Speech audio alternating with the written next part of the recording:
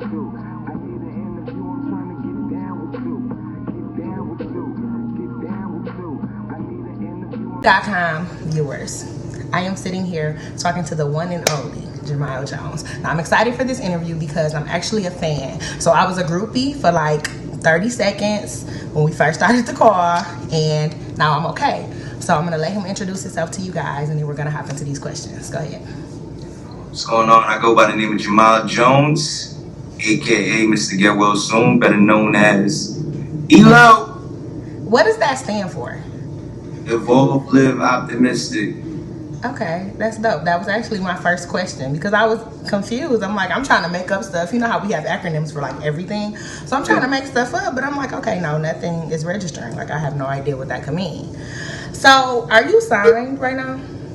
No, I'm not signed right now. You're not signed. Do you want to be signed, or are you okay with the independent thing that you're doing? I know in one of your songs you said you were okay with it, but in real life, are you okay with it?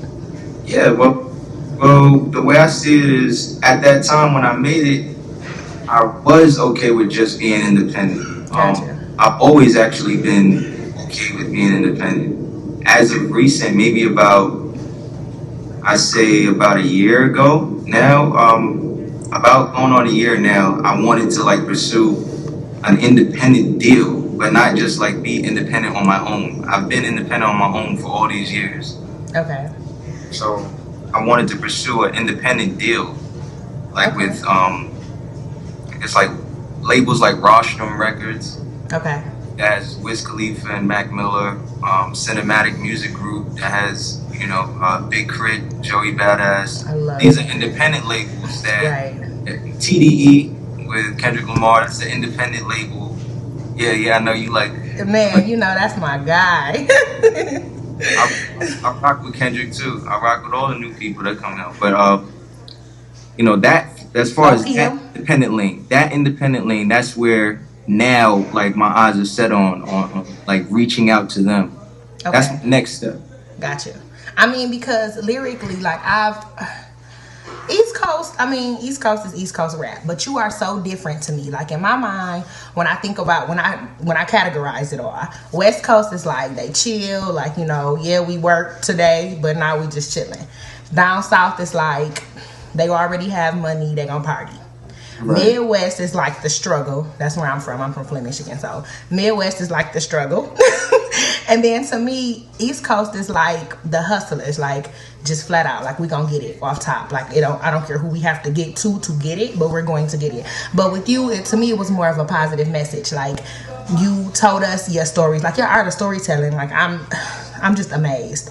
I am. Like every time I turn on the track, like within the first 10 seconds, you give me a punchline. I know you said they're not punchlines. You said they're metaphors, but in my mind, they're punchlines. Like I don't care what you say. Like you come in there and you like 1-2 combo everything out. Is it a reason? Like, do you feel like you have to catch our ears in the first like 10 to 20 seconds, or are you just that ill that it just comes out like that? I feel like I have a story to tell every time I get on a record. I treat it like my child. Like every single song I have, whether some people are gonna like it, some people are gonna love it, some people won't. But as far as the bars and the sequence on how I create them, I definitely think that the first 2 bars or the first 4 bars are like the hardest to come up with because I'm thinking so much about it on how to start things off, and then the rest of it comes easy. So do you write? Yeah, the rest of it just no. Do I write, you guys? Mm-hmm. Do you just write it down, or are you just hear the beat and freestyle? Yeah. The cliche. No. No, I started writing music in 1995. So you were how old in 1995? I was 8. Oh my God, you're old. No, I'm just kidding. Go ahead. I mean, it's cool. I was 8 in 1995, and that's when I started writing music. Okay. I stopped writing music in 2005, 10 years later. Why did you stop? I was actually on a cruise. I went to Mexico with my family, and I came back with my cousin, and we were listening to Jay-Z. We listened to some song by Jay-Z or whatever, and I just told myself, I said, man, Jay-Z writes off the top of his head. Like, he doesn't write down rhymes. Right. Biggie didn't write down rhymes. Right. Lil Wayne either, and I heard Ja Rule didn't either. It was a funny name to bring up. Yeah, but no offense to Ja Rule, but you know, I mean, like, yeah. yeah, nobody. I'm in no position to be like that, but Right. with Ja Rule and everybody that like these names, I started naming people to myself, and I said, man, why can't I do that? Right. Like, what's hindering me from being able to rap off the top of my head? So I just tried it one time. I told him, hey, listen, I'm gonna lay on my bed real quick. I told my cousin, hey, do not let me leave my room until I finish a verse. And I'm not writing it down. So then he just looked at me and just was, all right, we're gonna see. Maybe 30 minutes later, I came up with it, and I haven't written down a rhyme since. Wow. Check you out. That's dope. I mean, a lot of the great, we're pretty much all the greats. They don't write. They don't write. So it just comes. It just comes out. Right. Right. Oh my God, I kind of just skipped around. Okay. The rapping. Okay, so rapping is just one of the things that you do. I know that you're a graphic artist. Like, you produce your videos. Is there something that you don't do? Like, is there something that you've tried that you suck at? Just anything in life that you're just not good at, because you, in my mind, you do everything. You're like Brooklyn Jesus. So yeah. I mean Queens Jesus. Sorry. Well, everything that I've tried, I've always been successful at. It's just it's just the amount of work that I put on myself. I think that's been like holding me back in some areas. It's not that I do poorly in them. It's that I do so much things that I'm not able to do what I want to do at the moment, because now I put this project on my back. Jack of all trades, master of none. I think with the rhymes, I'm master of. You might be. You really might be. Is that like your number one thing? Yeah, that's my number one thing, is the poetry. Like, I wouldn't even call it like rap. I'm weird. Like, in a way, I'm weird because I'm a rapper that I could care less about rap. Gotcha. Like, I do it for the poetry side of it. I do it because I can't stop doing it. I'm more of a fan of R&B than I am of rap, which is, yeah, I'm a R&B every day of my life. Who is the best? What's the best male R&B group ever? Like, just ever. That's hard. That's okay. Hard. Give me top 3. I'm a big fan of. I'm gonna go in decades. I'm a big fan of the Gap Band. Okay. I'm a big fan of the Isleys. I'm a big fan of Drew Hill. Did you know they came out with a CD in 2012? I thought it was 2010. It was. I thought it was 12. I don't know. Maybe I did my research wrong because I wrote about it, but I didn't know. And I listened to it, and I'm like, "What is this? This is trash! Like this, yeah, this is not the Drew Hill that I know." I don't know, but I was. Let's say I'm a fan of their earlier work. Right. Throughout the 96, 98, I think, or 99, and then 2002 maybe. They had a lot of things. Jagged Edge. Oh my God, yes. You forgot H-Town though. H-Town, yeah. Let me go back and say that. And everybody feels like Knocking the Boots was like the only song. Like, no, they have music for like days. Like, you, oh my God. I like Intro. A lot of people don't know about Intro, or they forget about Intro. Right. This is just a new generation, and they just completely never heard of Intro. But I'm a fan of Intro. My favorite R&B genre, or favorite genre, would have to be New Jack Swing. Really? Yeah, I'm a big fan of that because of the fact that the R&B artists were able to sing, they were able to riff great, and they also had party songs and slow dance songs. We don't have any slow dance songs anymore. That's so true. And I mean, if we do, it's like, what we supposed to do once we get home. Like, it's no romancing anymore. Like, that doesn't happen. Like, it doesn't exist. Yes. But I think it's because girls, we're all thoughts deep down in the inside. Yeah, and I don't even use that word.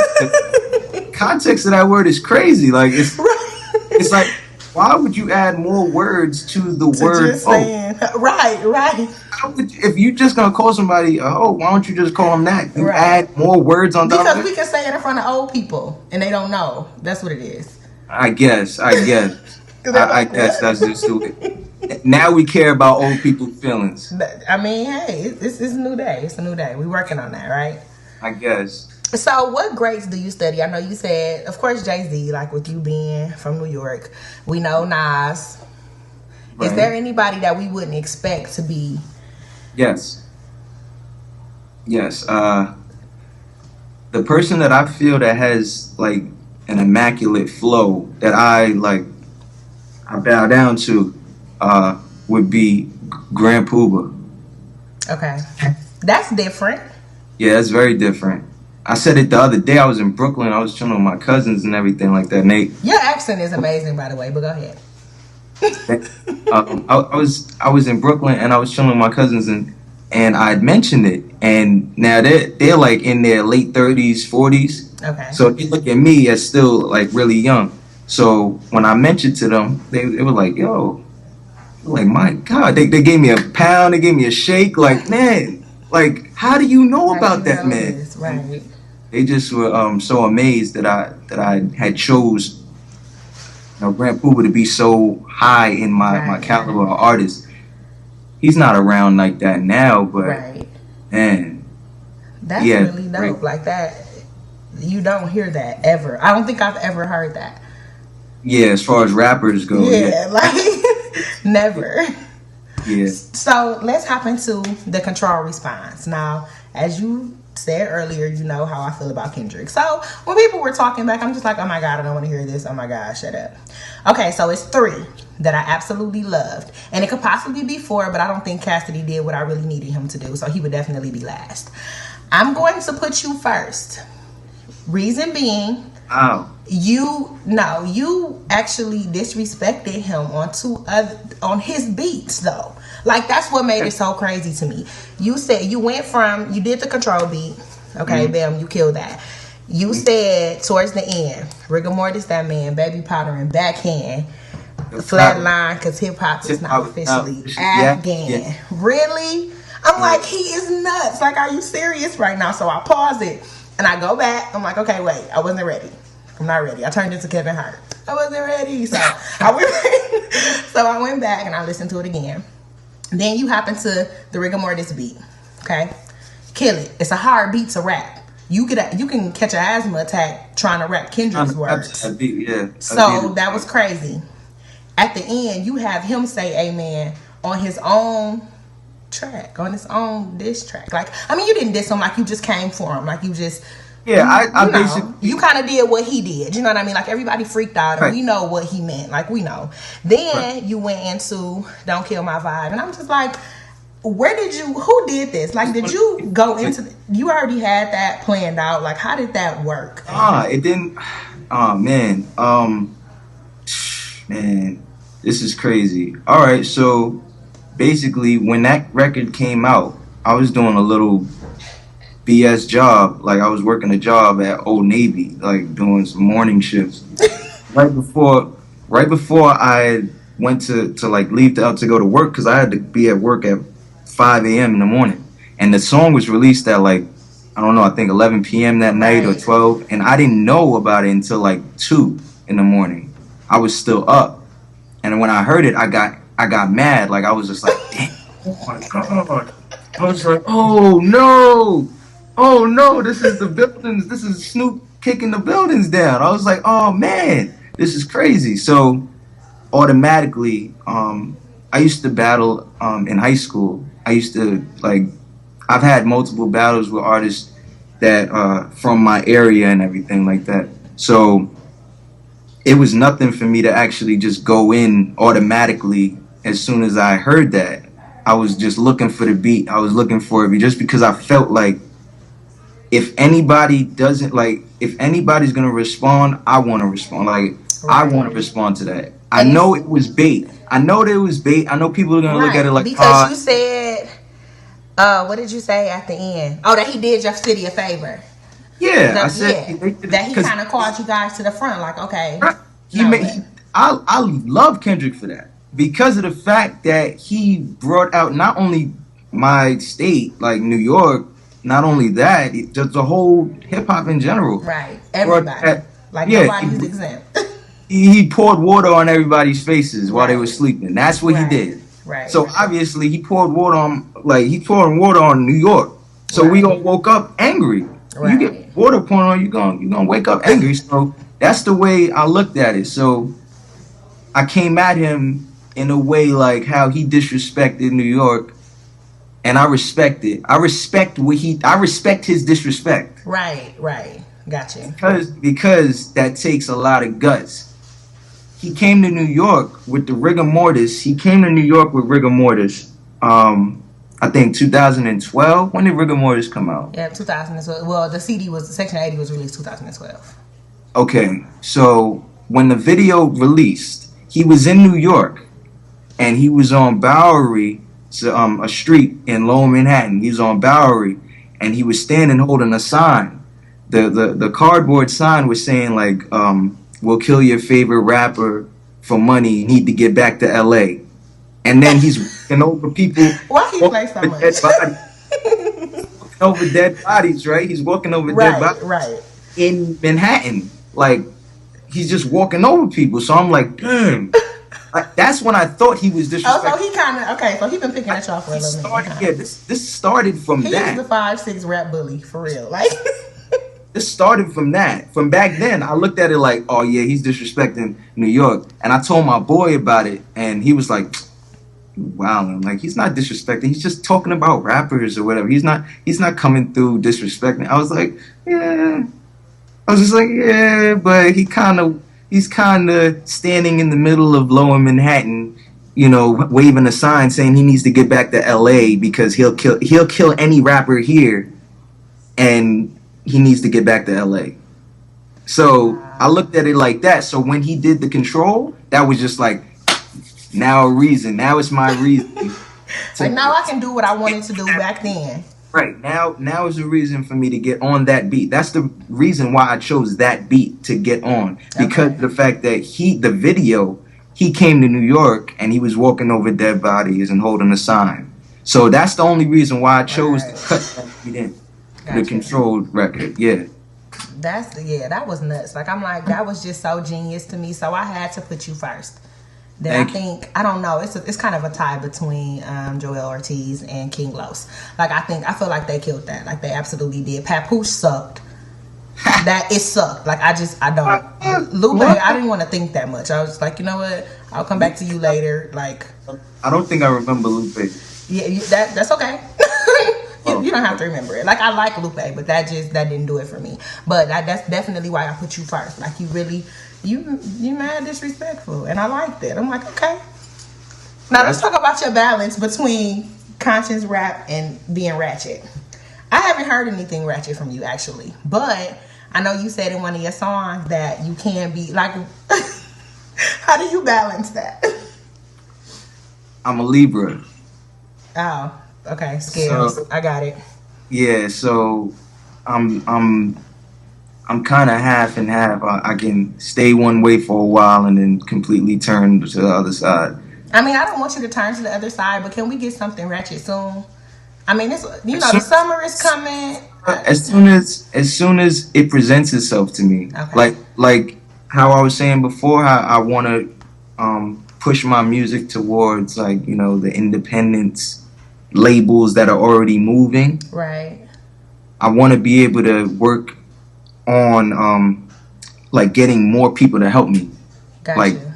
Because I'm doing this all myself. Right. Like I'm finding producers. I'm doing it myself. If I can't find producers. So. Thank you. I'm recording myself. I'm click it, run up to the mic.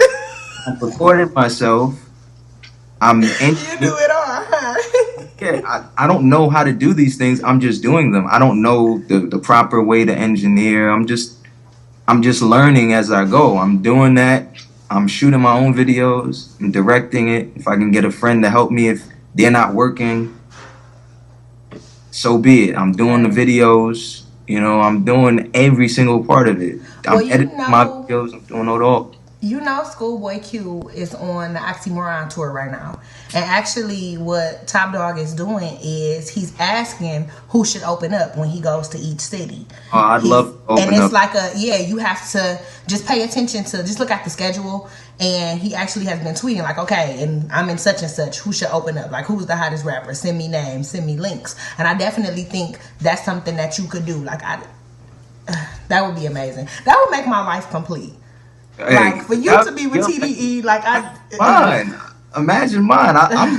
I'm at the age where this is getting to be like I got to do something now. Like I got to continue like doing what I'm doing or do something else. Completely, yeah. And I have too much talent that I'm doing. So many different things that I'm doing that I never pursued an independent deal. I never did it. So I want to do that this year for sure. I want to see who will open, their hand to help me continue what I'm doing. Right. I'm not asking for much. Right. I'll shoot my own videos if they need me to do it. Right. Just give me an opportunity. That's all I'm looking for right now. Yeah, just definitely look that up because I think that would be perfect for you.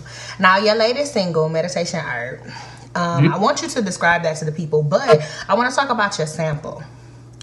Bonnie Raitt. The song is from 74.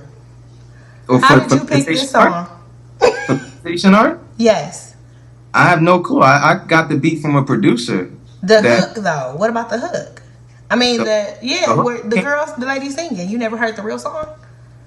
Well, on Meditation Art? The everything that touches me? Yeah. No, I never heard the real song. Okay, so go listen to the real song. The song it's like this old white lady. And the song was like recorded in 74. Yeah, and I'm listening to it. I'm like, okay, wait. Wait, let me think about this. So I'm looking it up because I'm like, let me be sure. And I look it up. I'm like, this is definitely the song. Like, where did he get that? That was from a producer. I just heard the beat and I was just I fell in love. As soon as I heard it. This was about a year ago. Okay. This song is a year old. But you just started promoting it. Didn't you? Well, you just put it on SoundCloud not too long ago. I've got a little bit of history behind the release of that record. I don't want to dwell into it too much. Got it. I was working with a quote unquote independent. Okay. And right now we're kind of like because the independent is only one person. It's not a full independent company. So it's like the same position that I was in all my career. Yourself, right. On myself. So it's like I'm just going to be building someone's name and just dealing with, I don't even want to get into that. But you don't have to. Let's just say I left it up to the person's hands on a radio interview that I had recently, a couple of weeks back or a month back, and they leaked that record. Now I was already making a video to that song. Okay. Meditation Art. It wasn't finished over a year ago, but I didn't want to release that until I put out a video for it. Got it. Wanted to get in contact with the producer so that way if he saw the video, he would say, hey, here's another beat or here's more, you know? Right. Hearing the song, he might feel disrespected because I took his beat.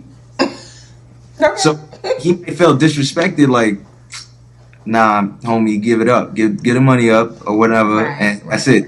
Like, you don't get no more beats. Right. So the song was leaked. And when the song got leaked, I was told that it had a small audience of 8,000 people on this radio show that I was on. And I said, damn, if there's a potential that 8,000 people heard the record already, the next record that I have to put out has to be that then, I guess. Right. So I just put that out, and now I'm working on putting the video, finishing it up. Like, the video is probably about, I'd say, 75% done. Okay. So when we get off this conversation, I'm going to need you to just go finish it because I need it. No, I'm kidding. Go take your time. Like, you can't rush perfection. That's dope, though. I'll be done by the end of this month. Okay. Now, the song that you did, the Teddy Riley mix. You mind if I eat this? I don't want to be. I mean, do what you have to do. I didn't want to be impolite. No, you're fine. Okay. It's not like, the song that you did, the Teddy Riley mix, the So Into You, is that about somebody in particular? Well, I'm in a relationship. I seen a bunch of curly hair girls. Like, that was so cute, though. That was so cute. Yeah, I'm in a relationship. So it kind of... Yeah, it kind of is. I mean, I've been in a relationship with the same girl since I was 15. That is so adorable. I'm so not going to turn into the ultimate girl right now because I was about to go, oh my God. But I'm not going to do that. But that's adorable. She's been with me since all the bad, right. all the bad, everything. I just wanted my viewers to know if they started to stalk you, if they should pursue it or not. So that was my way of asking. So no, ladies, just don't, okay? All right. Yeah, that's how that goes. That song. But I try to make the songs as general as possible. Right. So everybody can feel. Yeah. So I make songs as general as possible, and also I tend to talk about the industry as my girlfriend.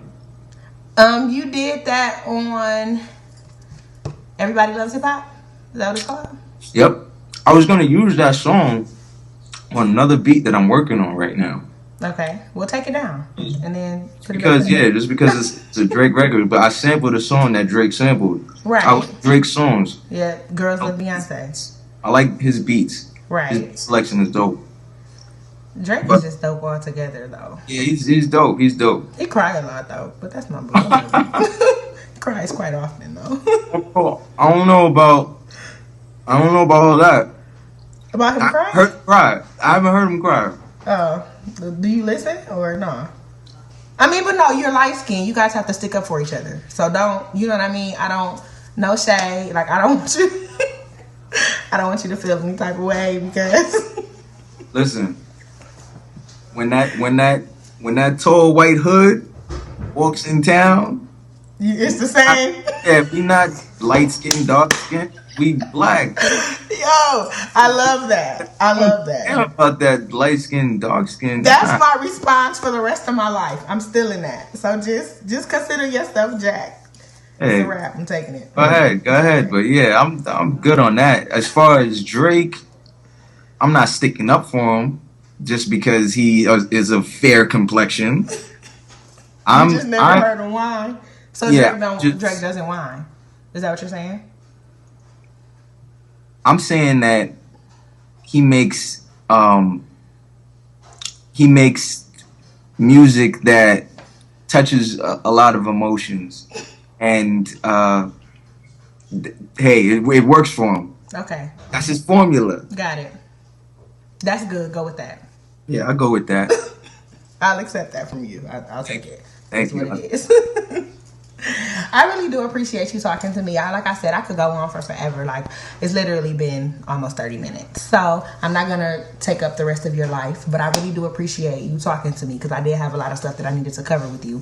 And besides me respecting it, I'm just a fan. I'm a fan. I'm a fan of good music. Like, I'm a fan of dope people. And you happen to be both. So thank you. Shout out to you for that. Thank you. Having me here to interview me. Are you kidding?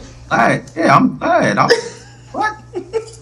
I was waiting for you. You told me earlier. You like, I know. I felt so bad though. I'm like all in your DMs. Like, oh my god, oh my god, he's gonna hate me. Oh my god. Don't worry about it. I'm extremely humble and grateful and glad and that hungry because you just smacked. Well, this is not real food, but this is probably my dinner. Is that what that is? Because you're gonna be in the booth all night, so you have to get something light. I mean, I'm just gonna be working, but I hardly eat. I don't have that much. I'm out here looking for ways to make it. That's what I'm doing. Gotcha. Well, you're definitely on your way. Just keep doing what you're doing. Like, as long as you stay true to you, the people who love you are gonna love you, and you're definitely gonna just keep getting fans. Like, it's not gonna get like this is. You're amazing. I just there's no other way for me to say it. Like, and I'm done. I'm done being a groupie on Skype. I'm gonna close this interview because that I just can't anymore. You know what? I do have to ask you a question. What's up? You never told me your name, the way it's pronounced. You never told me. It's just symphony, like the orchestra. That's it? Mm-hmm. That's how you say it? Symphony? Yeah. Oh, beautiful name. Thank you. Thank you so much. And thank you for having me. No problem. No problem. I'm waiting for the video. When it's done, definitely shoot it to me so it'll go up. Within the next 2 or 3 weeks, it'll be finalized. I'm just finishing up some cameos, getting my, people in the video and whatnot. Got it. If I was anywhere close to the Midwest, I'd get you in a cameo. I mean, I'm coming to New York soon, so I'll just find you then, and that'll be what it is. So. Okay. All right. Shout out to you. I'm gonna let you go. Thanks again. Thank you. Bye. Bye.